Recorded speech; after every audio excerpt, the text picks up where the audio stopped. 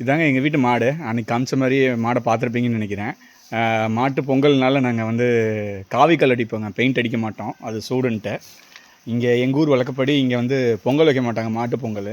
அது ஒரு ஒரு ஒரு சில வருஷத்துக்கு முன்னாடி மாட்டு பொங்கல் அப்போ நிறைய பேர் இறந்துட்டாங்களாமா பொங்கல் வச்சு. அதை வந்து பொங்கல் வச்சனால இறந்துட்டாங்க அப்படின்னு அவங்க நினச்சிக்கிட்டாங்க. ஸோ அதனால் பொங்கலே வைக்கிறது இல்லைங்க இந்த ஊரில்.